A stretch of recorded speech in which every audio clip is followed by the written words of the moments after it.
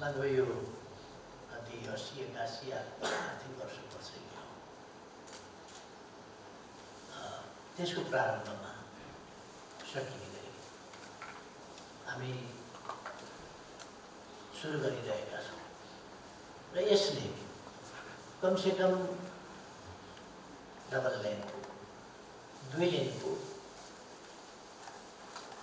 जस्तो अघि हामीले विभिन्न सडकहरू कस्तो हुन्छ कुन मापदण्डमा पर्छ भनेर पनि हेऱ्यौँ। त्यस्ता सडकहरू हामी 2210 किलोमिटर कालोपत्री लगाउँदैछौँ।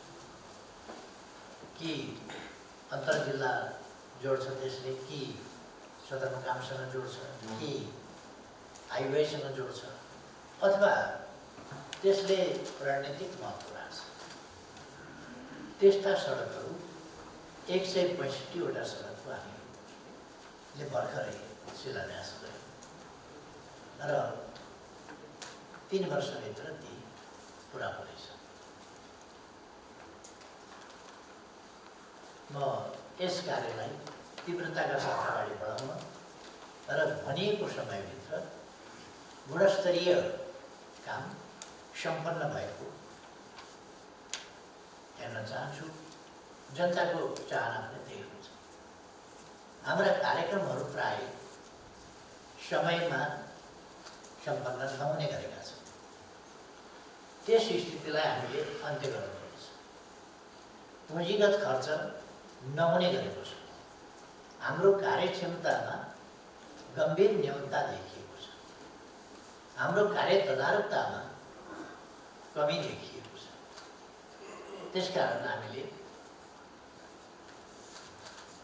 यो तत्परतामा पनि वृद्धि गर्नुपर्नेछ र हाम्रो कार्य सम्पादन क्षमता त्यसमा पनि वृद्धि गर्नुपर्नेछ र समयमा पुँजीगत खर्च गरेर आयोजनाहरू समयमै वा सोभन्दा अगावै तर गुणस्तरीयतामा कम्प्रोमाइज हुन सक्दैन। त्यसमा कुनै सम्झौता हुन सक्दैन। गुणस्तरीय हुनुपर्दछ। र म सम्बन्धित मन्त्रालय र विभागलाई र अरू सम्बन्धित सबै सरकारहरूलाई आग्रह गर्न चाहन्छु कि यसको रेखदेख गरौँ, काममा डिस्टर्ब नगरौँ। हामीले हाम्रा कुनै निकायले, कुनै संस्थाले पनि केही काम गर्दा जिम्मेवार भएर गर्नुपर्छ। हामीले एउटा काम रोक्ने आदेश दियौँ भने त्यसले के कुरामा असर पार्दछ, कति समय असर पार्दछ, त्यसले कार्य सम्पादन गर्ने समयलाई कति पर धकेल्छ र त्यो काम सम्पन्न हुन कति पछि मात्रै सक्छ, त्यसको सम्पूर्ण तत्कालको प्रत्यक्ष आर्थिक क्षति र परोक्ष ढङ्गले भन्ने हो भने त्यसबाट प्रकट हुने विकासको गतिमा पार्ने प्रतिकूल असर, यो सबै कुराहरूलाई हामीले ध्यान दिनुपर्छ। चाहे हाम्रा संसदीय समिति हुन्, संसदीय समितिले अन्धाधुन्ध ढङ्गले एउटा समितिले पनि बोलाएको छ, छानबिन गरेको छ, अर्काले पनि आदेश गरेको छ, अर्कोले पनि आदेश गरेको छ। त्यसैमा अनेक समितिले छानबिन गर्छ, अनेक समितिले बोलाउँछ, अनेक समितिले आदेश दिन्छ र काम हुनभन्दा पहिले नै यो तरिकालाई पनि हामीले आफ्ना क्षेत्राधिकार र आफ्ना कामको असर जस्ता पक्षहरूलाई पनि गम्भीरतापूर्वक हामीले ध्यान दिनुपर्छ। र हामी संसदीय समिति हौँ भनेर आदेश दिइरह्यौँ भने त्यसले हाम्रो काम रोक्ने आदेश त हामी दिन्छौँ, टनेल नबनाऊ, पुल नबनाऊ भनेर आदेश त दिन्छौँ। त्यसको असर के हुन्छ, अर्थतन्त्रमा असर के हुन्छ? यदि त्यहाँ अनियमितता भएको छ भने त्यस्तो लाग्छ समितिलाई, त्यो छानबिन भएको छैन, त्यस्तो लाग्छ भने सम्बन्धित ठाउँलाई यसमा हेर्नु भनेर लेखिदिए हुन्छ। तर काम रोक्ने जस्तो कुरा, अर्बौंको एउटा आयोजना, अझ अर्बौंको मात्रै होइन, केही खरबको आयोजना, त्यस्तो आयोजना रोकेर फेरि गर्दा त्यसका लागि त्यसले पार्ने अवसर र परिणामहरू हेर्नुपर्छ। त्यसकारण हामीले काममा, मैले भन्न खोजेको कुरो के हो भने हामीले काममा कुनै प्रतिकूल असर पर्न दिनु हुँदैन। विकास निर्माणका कामहरूमा प्रतिकूल असर पर्न दिनु हुँदैन। चाहे हामी रोक्ने आदेश दियौँ, चाहे स्थगन आदेश दियौँ, राज्यका अधिकार प्राप्त निकायले पनि स्थगन आदेश दिने, तर त्यो स्थगन आदेशले गर्दा रोकिएको कुरा त्यसको असर के छ र त्यो स्थगन आदेश दिने हो भने त्यसको सकेसम्म छिटो निरूपण गर्ने, सकेसम्म विकास निर्माणका काम चालू राखेर छानबिन गर्ने जस्ता कुराहरू हुनुपर्ने, यतातिर म सबैको ध्यान आकर्षण गराउन चाहन्छु। किनभने विकास सरकारको मात्रै सरकारको होइन, राज्यका सबै अङ्ग, सबै निकाय र सबै तह, सबै सङ्घ संस्था, सबैको यो साझा सरकारको विषय। एकपल्ट रोकिएपछि त्यो कति समयसम्म रोकिरहन्छ, फेरि काम गर्ने मान्छेहरूमा पनि उत्साह हुँदैन, त्यो भोलि बिसारी कहानी हुन्छ। अनि यस्तै कुराहरूले लम्बिँदै आयोजनाहरू भएपछि त्यसप्रतिको विश्वास मान्छेको हराउँदै जान्छ। विकास निर्माणप्रति हामी अत्यन्त जिम्मेवारीपूर्ण ढङ्गले सोच्नु पर्दछ र त्यसलाई अगाडि बढ्ने कुरामा व्यवधान नपुग्ने गरी कदम चाल्नु पर्दछ। कुनै पनि कदम त्यसको बिचमा छानबिन हुनुपर्छ भने छानबिन हुँदै गर्छ, काम पनि हुँदै गर्छ। दोषी कोही पाइयो भने दोष अनुसारको दण्डको भागी हुन्छ। तर विकास निर्माणको काममा अवरोध भयो भने त्यसले स्वाभाविक रूपमा बहुआयामिक क्षति पुर्याउँछ।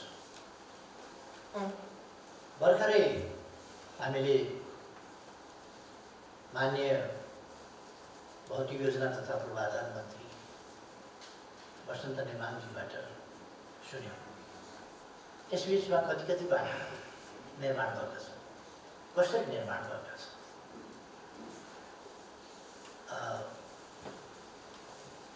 हुन त हाम्रो देशमा जसले जुन काम गर्नुपर्ने हो, जुन कर्तव्य पुरा गर्नुपर्ने हो, त्यो कर्तव्य उसले पुरा नगर्ने, उसको कर्तव्य हो तर उसले त्यो पुरा गर्दैन, त्यस्तो खालको परिपाटी हुनेछ। बहुत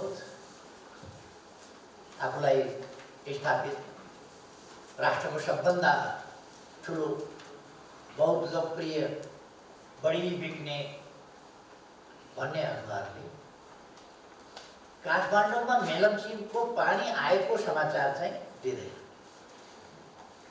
प्रधानमन्त्रीको राजीनामा मागियो भनेर आज पो मागे हो र प्रधानमन्त्रीको राजीनामा मागै छ त। मागे पछिको कसरी दिन सक्छु भनेको, एक दिन एउटा राजीनामा हुन्छ, एउटाले माग्दैन, दुईटाले माग्दैन, एक दिन माग्दैन, 2 दिन माग्दैन, मागेको छ। त्यो अब हटाउनु त, समर्थन फिर्ता लिदियो भन्छु, त्यो पनि लिँदैन।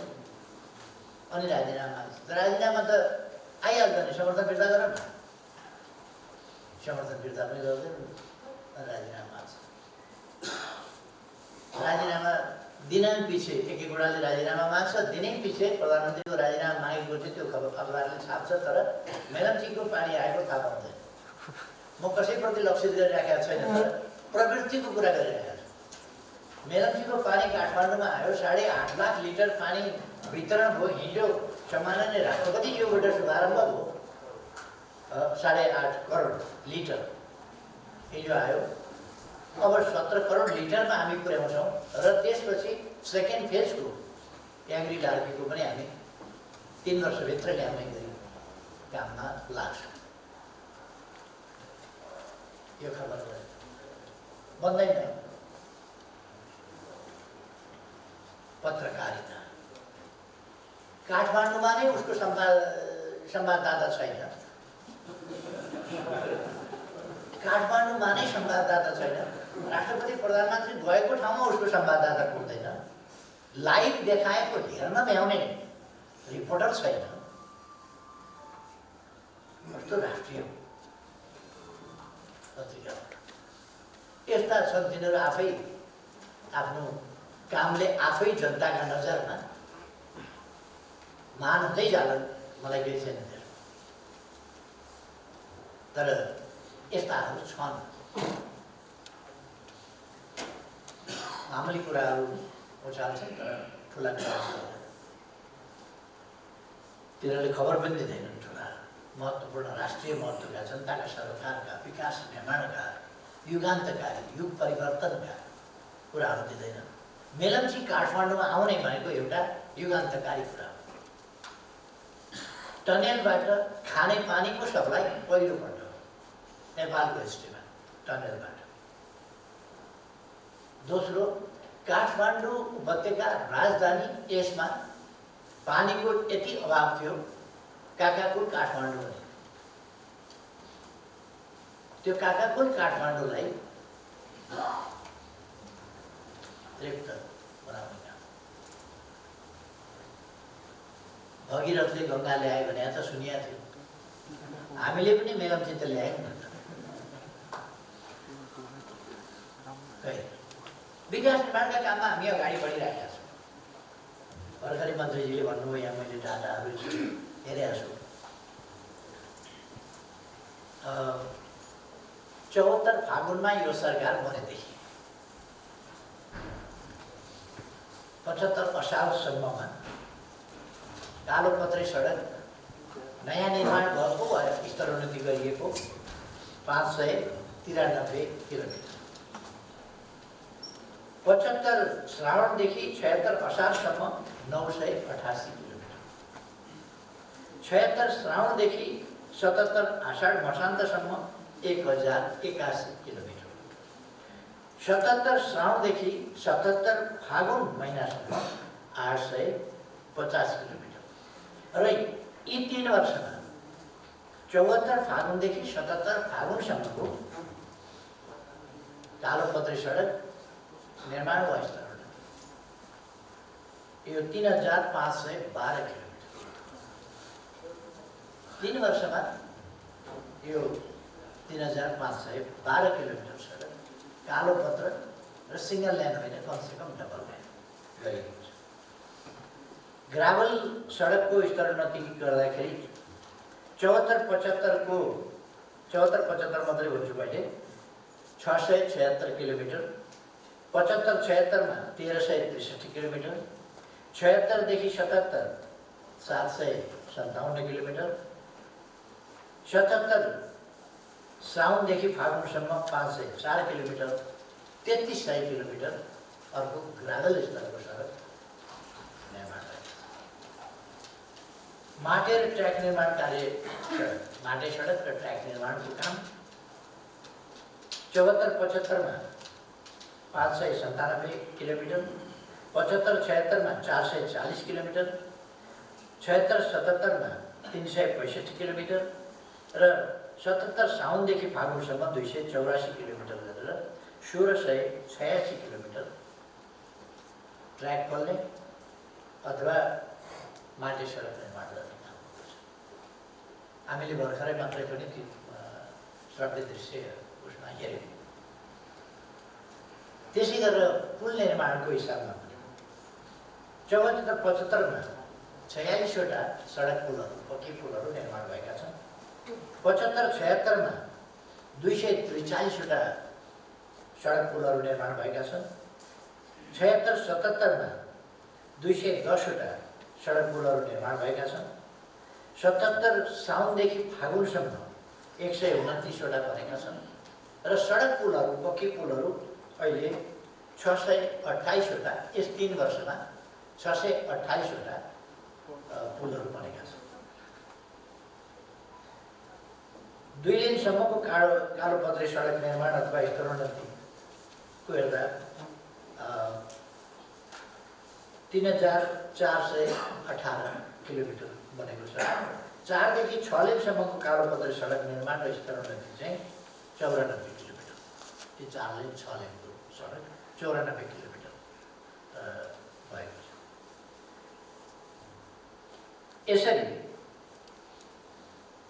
628वटा सडक पुल, यसमा जोलुङ्गे पुल आदि इत्यादि परेका छैनन्, त्यो तिनीको बेग्लै हिसाब छ। तसर्थ काम यत्रो भएको छ। सडक यति धेरै, कालोपत्रे मात्रै 3512 किलोमिटर सडक यस बिचमा निर्माण भएको छ। 3300 किलोमिटर ग्राभेल भएको छ। 1686 माटे सडक र ट्र्याक खोल्ने काम भएको छ। अब एउटा लक्ष्मीप्रसाद देवकोटाले भनेका छन् नि, दर्शन किन्तु कहीँ दिँदैन चर्मचक्षुले कानामा। आँखा छ तर आँखा भएर के गर्ने, नदेख्न खोजेपछि केही पनि भएको देख्दैन। सिक्किमको भाँचिएको देख्दैन केही मान्छेहरू। र अत्यन्तै विषाक्त राजनीति, समाजलाई विषाक्त बनाउने र भाँड्ने प्रयास केही मान्छेहरूले गरिरहेका छन्। अहिले यो सरकारले नेवार संस्कृति खत्म पार्न खोज्यो अरे, सभ्यता खत्म पार्न खोज्यो अरे, बाटो विस्तारका नाउँमा समाप्त पार्यो अरे, संस्कृति नै खत्तम पार्न लागेको छ। त्यसकारण नेवारहरू उठ्नु पर्यो। यहाँ त फासीवाद आइसक्यो, यहाँ अधिनायकवाद, यहाँ तानाशाही आइसक्यो। यस्तो केही मान्छे यी कामको चर्चा गर्दैन।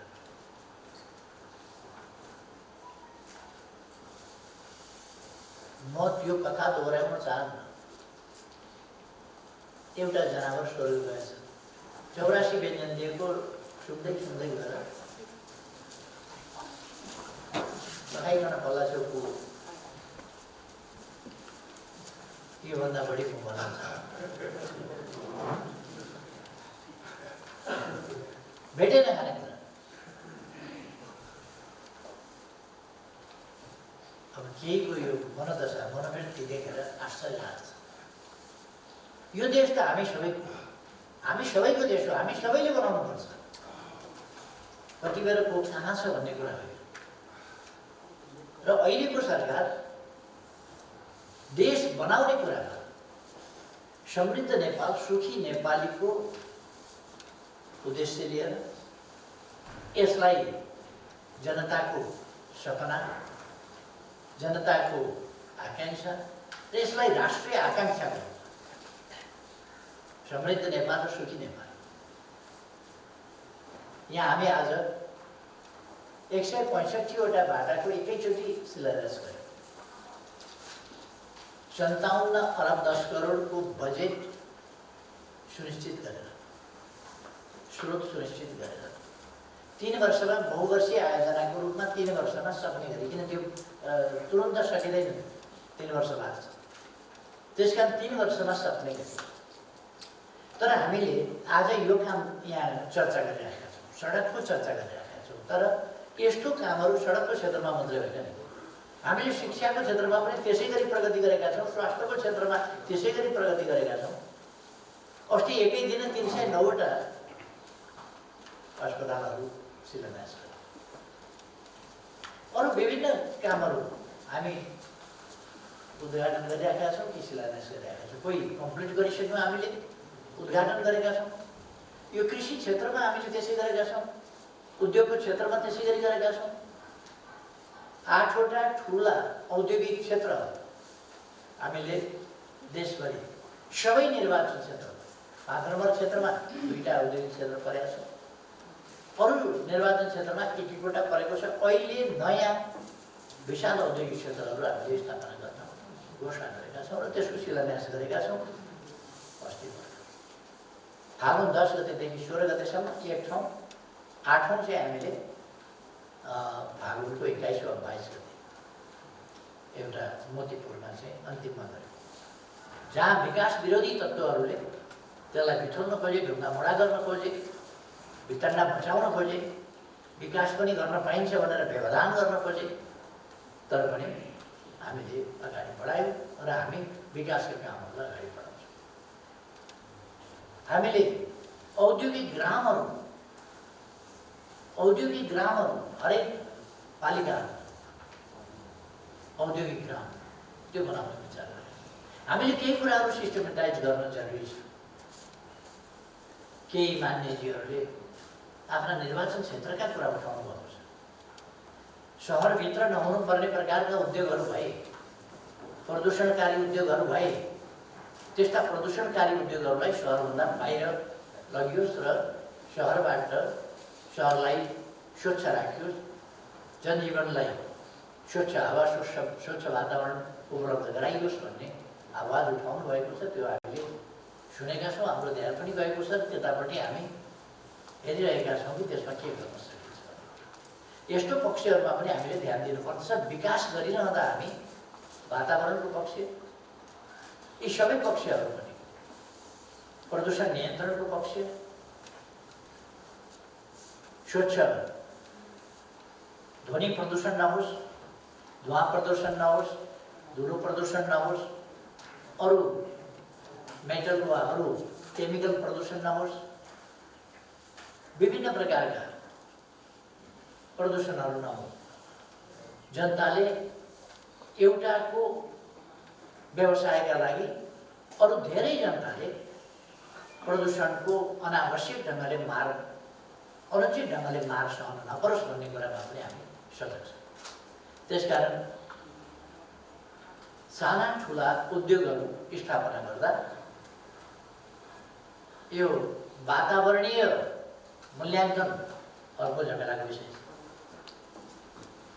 त्यसले कति धकेल्छ पछाडि आयोजनाहरूलाई। त्यसकारण त्यो वातावरणीय मूल्याङ्कनका नाममा पनि विलम्ब हुनु भएन र वातावरणीय पक्षमा कस्तो स्थानमा, कस्तो आबादी भएका ठाउँमा, आबादी कस्तो उद्योग, आबादीभन्दा कति टाढा, कस्तो उद्योग, त्यसले कति प्रदूषण अथवा प्रतिकूल असर पार्छ, त्यो कुराहरू कसरी हामी व्यवस्था गर्न सक्छौँ भनेर हामीले इजाजत दिँदा कुन ठाउँका लागि के उद्योगको कसरी इजाजत, त्यो पनि हामीले हेर्न पर्ने हुन्छ। यतापट्टि पनि हाम्रो ध्यान गएको छ र हामी पर्यटनका क्षेत्रहरूमा त्यसै गरी ध्यान दिइरहेका छौँ। यो कोभिड-19ले गर्दा सबभन्दा बढी प्रतिकूल असर परेको पर्यटन क्षेत्र, होटल व्यवसाय। त्यो मान्छे बाहिर जान नपाएपछि को आएर होटलमा बनिन्छ। त्यसकारण होटल व्यवसाय, पर्यटन क्षेत्र आदि कुराहरू यसमा गम्भीर रूपमा प्रतिकूल असर परेको छ। यस्ता प्रतिकूलतालाई चिर्दै हामीले अर्थतन्त्रलाई धेरै गिर्न दिएका छैनौँ र हामीले रोगसँग रोगको नियन्त्रण, रोकथाम र नियन्त्रण गर्ने कुरा, परीक्षण र उपचार गर्ने कुरा र अब तत्सम्बन्धमा खोपको व्यवस्था निःशुल्क ढङ्गले, यी सबै कुराहरू निःशुल्क गरिरहेका छौँ। त्यसर्थ मैले हिजो पनि एउटा कार्यक्रममा बोल्दा भनेको थिएँ, हामी निःशुल्क परीक्षण गराउँछौँ, हामी निःशुल्क उपचार गराउँछौँ, हामी निःशुल्क खोप दिलाउँछौँ। अनि बिमा चाहिँ फेरि किन? यो हामीले हचपचमा गरेको काम, त्यसलाई सच्याउनु पर्दछ, रोक्नु पर्दछ र अनावश्यक कामहरू गर्नु हुँदैन। त्यस कारण यो कतिवटा कुराहरू चाहिँ अनावश्यक पनि भएको छ, अलिक हचपचमा पनि भएको छ। एकैचोटि महामारीले आइलाग्दाखेरि समाजलाई कसरी बचाउने र समाजको मनोविज्ञान कसरी गिर्न नदिने, समाजको आत्मबल कसरी सुरक्षित राख्ने भन्ने कुरामा ध्यान दिँदा केही त्यस्ता कुराहरू पनि भएका छन्। त्यसलाई हामीले सच्याएर जानुपर्छ। आगामी दिनका लागि त्यो हामीलाई एउटा शिक्षा पनि हुन्छ कि हामी यस्ता कुराहरूबाट खुसिने पनि होइन, आत्तिने पनि होइन। यो एकदमै संयमित र सन्तुलित ढङ्गले अगाडि बढ्नुपर्छ भन्ने कुरा। जे होस्, हामी समृद्ध नेपाल, सुखी नेपाली निर्माण गर्ने अभियान, त्यस सङ्कल्पलाई लिएर त्यसलाई प्राप्त गर्ने बाटोमा योजनाबद्ध ढङ्गले, सङ्गठित ढङ्गले र गतिसाथ अगाडि बढिरहेका छौँ। र यसका निम्ति हामीले विविध क्षेत्रहरूमा, राजनीति, आर्थिक, सामाजिक, सांस्कृतिक अनेक क्षेत्रहरूमा हामीले अगाडि बढ्नु छ, कामहरूलाई अगाडि बढाउनु छ, परिवर्तनलाई, सकारात्मक परिवर्तनलाई तीव्रताका साथ हासिल गर्नु छ। यस दिशामा सरकार लागिरहेको छ। हामी कि उद्घाटन गरिरहेका छौँ काम सकिएर, जस्तो हिजो मेलम्चीको पानीको उद्घाटन गर्यो। आज 365वटा रणनीतिक बाटाहरूको शिलान्यास गरिरहेका छौँ, शुभारम्भ गरिरहेका छौँ। 165 बाटाहरूको हामी शुभारम्भ गरिरहेका छौँ। अर्थात् हामी लगातार अगाडि बढिरहेका छौँ। हामी ठुला ठुला युगान्तकारी परिवर्तनकारी योजनाहरू साथ अघि भर्खर हामीले एकपल्ट स्मरण गऱ्यौँ कि हामी टनेल एरामा प्रवेश गरेका छौँ र नागढुङ्गा नौबिसे टनेल मार्ग नेपालमा यो नयाँ प्रविधि, नयाँ तरिका। हामीले सिँचाइका लागि भेरी गवैबाट बोरिङ मेसिनबाट हामीले टनल बनाउने, त्यसको गत वर्ष नै हामीले, गत वर्षभन्दा पनि अलिक बढी मेसिन टनल ब्रेक थ्रो गरेर निर्माण कार्यलाई अगाडि बढाइरहेका छौँ।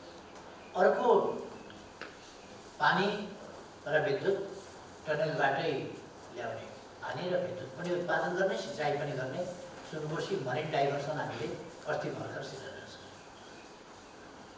र सुनकोशी मरिन डाइभर्सन, त्यसबाट 31 मेगावाट विद्युत पनि निस्किन्छ र 185 बिघा, 1,85,000 बिघा जमिन, 1,85,000 बिघा जमिन बारामा, रौतहटमा, सिराहामा, महोत्तरीमा र धनुषामा गरेर 1,85,000 बिघा जमिन, 1,22,000 हेक्टर जमिनको सिँचाइ, त्यो पनि हामी गर्छौँ। यो पनि टनेल प्रविधिबाटै यो पानी ल्याउने हो। सुनकोशी मरिनको पानी छिटै किन हामी गर्न सक्छौँ भने यसमा हामीले यो मेसिनको प्रविधिबाट टनल बनाउँछौँ। यही कुरा हामीले बाटोमा पनि, खानेपानीमा, यो मेलम्ची खानेपानी बेग्लै प्रविधिबाट बनायौँ। हामीले यो बोरिङ मेसिन प्रयोग गर्न पाएका थियौँ। अब हामीले भेरी गवैबाट सिँचाइको, यो खानेपानीको थियो, खानेपानीको पनि बोरिङ मेसिनबाट गर्न सक्यौँ। टनेल बोरिङ मेसिनबाट गर्न सकिन्थ्यो यसलाई, तर त्यस बेला जति बेला यो भन्यो त्यस बेलासम्म त्यो प्रविधि त्यसरी विकास नभइसकेको र त्यसको प्रयोग नभइसकेको हुनाले हामीले यसलाई फरक ढङ्गले अगाडि बढायौँ। अबका दिनहरूमा हामी यस्ता डाइभर्सनहरू, त्यो खानेपानीको प्रयोजनका लागि होस्, सिँचाइको लागि होस्, विद्युतका लागि होस् या बहुद्देशीय होस्, त्यस्ता कुराहरूको टनेल बोरिङ प्रविधि, मेसिनले खन्ने प्रविधिबाट हामी अगाडि बढ्नेछौँ। हामी विकास निर्माणको दृष्टिकोणको हिसाबले अगाडि बढेका छौँ, सङ्कल्पको हिसाबले अगाडि बढेका छौँ, अठोटका हिसाबले अगाडि बढेका छौँ। प्रविधि पनि नयाँ प्रविधिका साथ हामी अगाडि बढेका छौँ। हामीले नयाँ प्रविधि समेत अँगालेर अगाडि बढेको हुनाले हामी आइटी सेक्टरमा, डिजिटल नेपालको सेक्टरमा, यस क्षेत्रमा धेरै अगाडि बढेका छौँ। अनेक कुरामा डिजिटल सोयल म्यापिङ अस्ति भर्खर हामीले उद्घाटन गर्यौँ, त्यसको कामहरू सम्पन्न गरेर यस्ता थुप्रै कामहरू हामीले गरेका छौँ।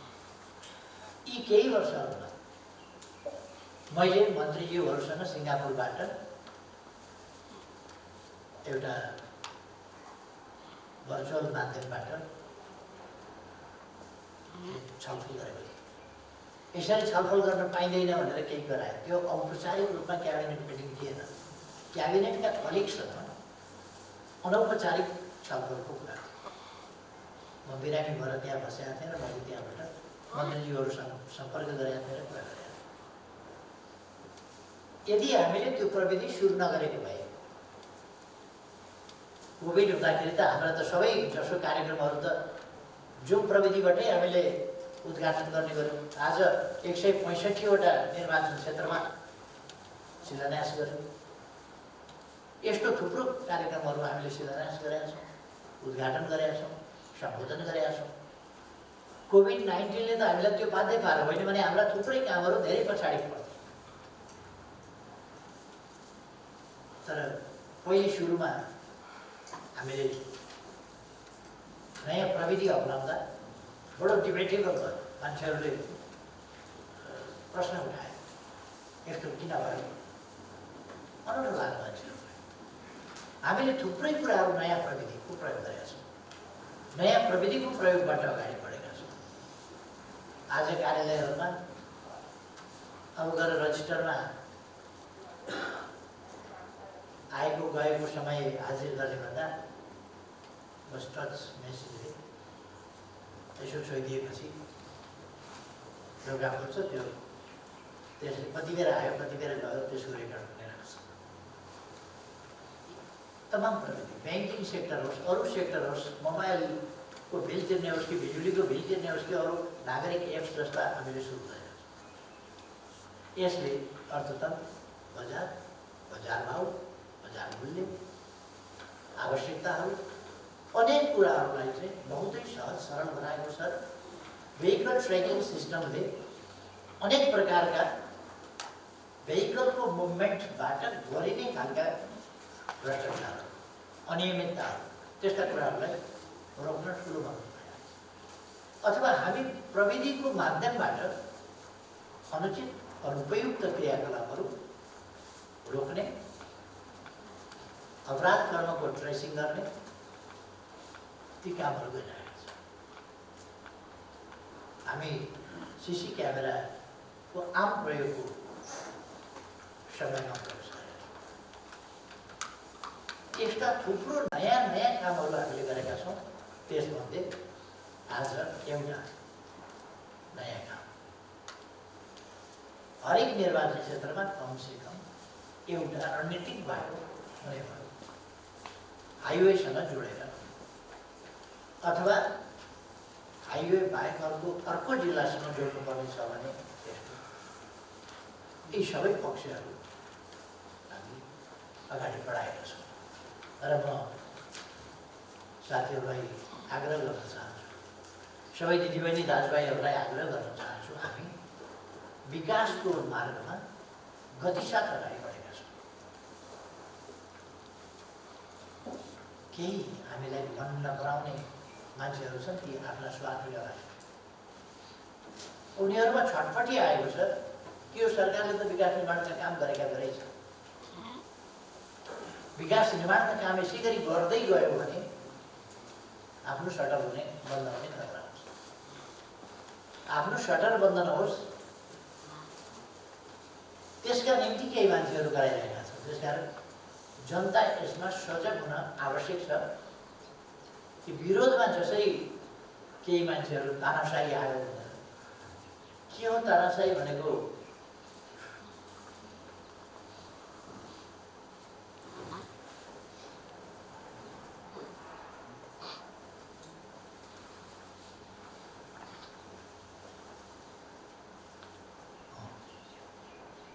यसरी यो फाँसीवाद भनेको शब्द बुझेर बोले हो कि नबुझिकन बोले हो? के हो फाँसीवाद? जसले फाँसीवाद छ अहिले भने त्यही मान्छेले फाँसीवाद ल्याउन खोजेका थिए। संविधानले शान्तिपूर्ण परिवर्तनको बाटो दिएपछि जनताको अभिमत, जनताका बीचमा जाने लिगल, कानुनी र प्रणालीगत व्यवस्था खुला भएपछि जनतालाई भड्काएर उचालेर लोकतन्त्रका विरुद्ध केही गर्नुपर्ने आवश्यकता को नेतृत्व जो मान्छेले गर्छ लोकतन्त्रका विरुद्ध उसैले भन्छ कि यहाँ फाँसीवाद हो, यहाँ तानाशाही हो, यहाँ अधिनायकवाद हो। नबुझेर बोले जस्तो लाग्छ। म दाजुभाइ दिदीबहिनीहरूलाई आग्रह गर्न चाहन्छु, यस्ता भ्रमपूर्ण कुराहरूबाट मैले विश्वास गरेको छु त्यो जनताले पत्याएको पनि छैन, पत्याउँदा पनि पत्याउँदैन, जनताले देखेको पनि छ। त्यसर्थ यस्ता कुराहरूबाट भ्रमित हुनुपर्ने कुनै आवश्यकता छैन। हाम्रो ध्यान विकासमा हुनुपर्दछ, हाम्रो ध्यान अग्रगामी परिवर्तनमा हुनुपर्छ, जनतालाई अधिकार सम्पन्न बनाउने कुरामा हुनुपर्छ, जनतालाई अधिकारसम्म पुग्ने अवसर उपलब्ध गराउने कुरासँग हुनुपर्दछ हाम्रो ध्यान देशको हित र स्वाभिमान तलमाथि नपर्ने, त्यसको रक्षा हुने कुरामा हुनुपर्दछ। हाम्रो ध्यान जनताको ठुलो बरोस्, जनता राम्रो ठाउँमा पोत लाग्न नसोच्नु, जनताले मौसम अनुसार आवश्यकता अनुसारको वस्त्र लाउनु पाऊ, कमसे कम कपडा जुत्ता त लाउन पाऊ, जनताले छोराछोरी पढाउन सकौँ, राम्रो गुणस्तरीय शिक्षा आफ्ना बालबालिकालाई दिन सकौँ, बिमारी हुँदा स्वास्थ्य उपचार गर्न सक्छौँ, तर सुरक्षाको प्रत्याभूति होस्, सुरक्षित र सम्मानयुक्त जीवन बाँच्न पाइयोस्, हाम्रो ध्यान त्यता छ। सामाजिक न्याय र समानता होस्, कोही बढी अधिकार सम्पन्न, कोही कम अधिकार सम्पन्न नहोस्, सबैले समान अधिकार प्राप्त गरौँ, हाम्रो ध्यान त्यतापट्टि छ। र हाम्रो ध्यान त्यसै कुरामा केन्द्रित छ र हुनुपर्दछ। म सबैलाई आग्रह गर्न चाहन्छु, हामीले संलग्नता होइन, सत्य प्रति निष्ठा साथ अगाडि बढ्नुपर्छ। म फलान ठाउँमा संलग्न छु, त्यसकारण त्यसको हितको लागि सत्य असत्य भन्ने कुराको मतलब छैन, संलग्नतालाई पछ्याउँछु भन्ने त्यो कुराहरू हामीले पछ्याउने होइन। संलग्नता होइन, सत्यको मार्ग। आजको आवश्यकता राष्ट्र निर्माणको आवश्यकता थियो। संसद यस्तै हो। संसद कहिले देशको आवश्यकता र संसदको गणित फरक पर्छ। कहिले कृत्रिम ढङ्गले केही मान्छेहरूले संसदीय अङ्कगणितलाई यताबाट उता, उताबाट उता सारिदिन्छन्, मिलाइदिन्छ। संसदीय अङ्कगणितले राष्ट्रिय आवश्यकताको सधैँ प्रतिनिधित्व गर्छ भन्न सकिँदैन। त्यस्तो भयो भने सार्वभौम जनताबाट संसदीय अङ्कगणित यदि अनुपयुक्त ढङ्गले त्यहाँ खेल भइरहेको छ र अनुपयुक्त ढङ्गले त्यसले अनुपयुक्त आकार लिइरहेको छ, त्यसले उपयुक्त आकार लिने सम्भावना कम छ या छैन, त्यस्ता अवस्थामा संसदीय अङ्कगणित देशको आवश्यकता, जनताको आवश्यकता, विकासका निम्तिको आवश्यकता र अनुकूलताका लागि ताजा जनादेशमा जानुपर्छ। पोलिटिक्स के हो? कसैको स्वार्थ केन्द्रित, स्वार्थ निर्देशित होइन, देशको जनताको विकासको आवश्यकता, त्यो आवश्यकता अनुसारको अङ्कगणित हामीले जनप्रतिनिधि संस्थाहरूमा निर्माण गर्नुपर्छ र खास गरी संसदमा जो सरकार बनाउने थलो हो, संविधान संशोधन गर्न सक्ने थलो हो, कानुन निर्माण गर्न, परिवर्तन गर्न सक्ने थलो हो, त्यस थलोलाई देशको आवश्यकता अनुसारको अङ्कगणितीय बनावट, त्यसमा